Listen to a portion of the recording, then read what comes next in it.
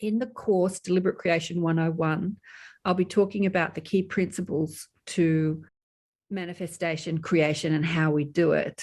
And in all the, like in The Secret and in all the Abraham stuff and all the people that talk about manifestation and law of attraction and all that, there are these 3 rules that are the steps, let me call them steps to creation. Ask, orchestrate, allow is how Abraham puts it. I think they put it in The Secret.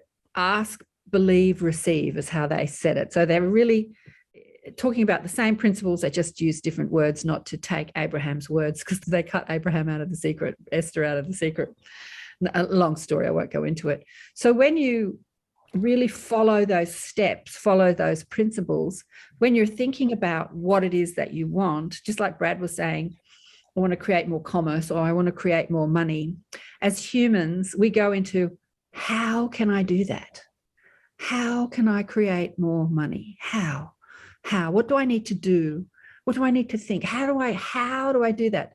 And we get really caught up in the how. And many times I've shared the story of creation is like going to a cafe or a restaurant, looking through the menu of life, like looking on the menu of life and picking what you want, deciding what you want, giving your order to the kitchen, and then allowing the kitchen to cook your meal as you sit with your friends or by yourself, depending, and enjoy yourself, not worried about how they're cooking it, what they're putting into it, how, like not worried about how, but enjoying the conversation, enjoying your friends, having a lovely time. And then the kitchen cooks your meal and the universe or the restaurant or the cafe delivers what you want. So that's the analogy I use. And, what we do is we go into the kitchen, most of us humans, and we interfere with that cooking process. And we tell the chef, you're taking too long, don't use too much salt. Let me show you how to do that. Like we interfere with the orchestrating or the belief, that 3-step process. Step 2, we interfere with that process. And as we interfere with the how, it's really based in, if you are interfering in the orchestrating process, why are you interfering in that process?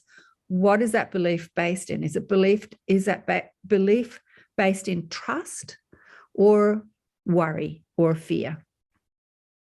So when we look at it, it's really based in worry or fear. So there's trust or fear.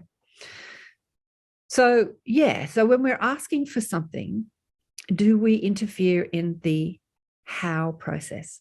So if you want more money, if you're a sole entrepreneur, you create your whatever it is that you're selling, art, music, teachings, whatever it is that you create, what you're selling, and you say, I want more money. I want to earn some more money from what I do. The way to not interfere in how that happens is to evoke the frequency of what that feels like. Like, what does it feel like? Like, why do you want more money? You've got to really look at what you believe. Why do you want more money?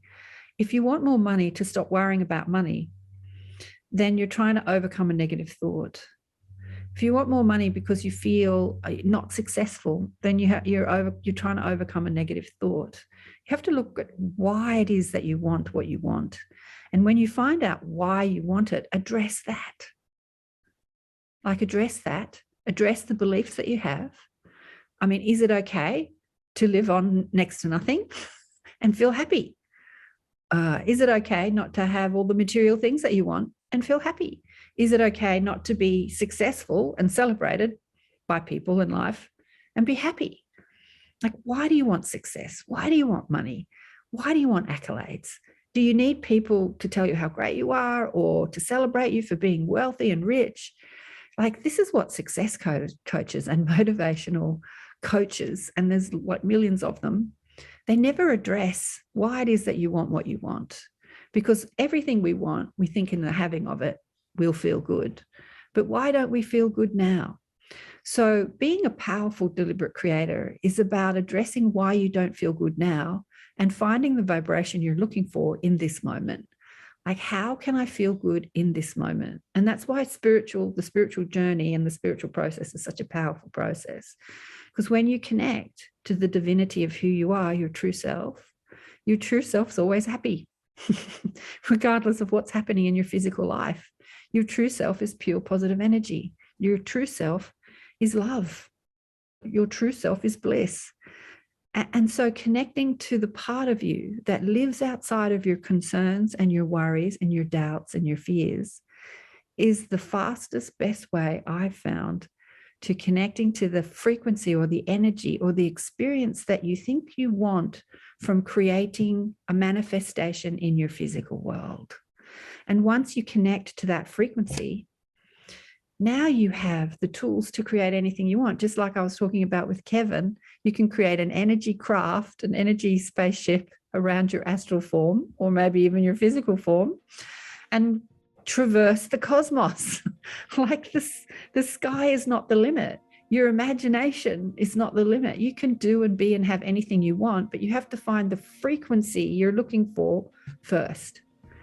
And what's really interesting, when we do find that frequency, most of the time, many of the desires that we have fall away because we're wanting them, because we think in the having of it, we'll find that frequency or we'll feel good. Like when I have the money, then I'll feel good. When I'm successful, then I'll feel good.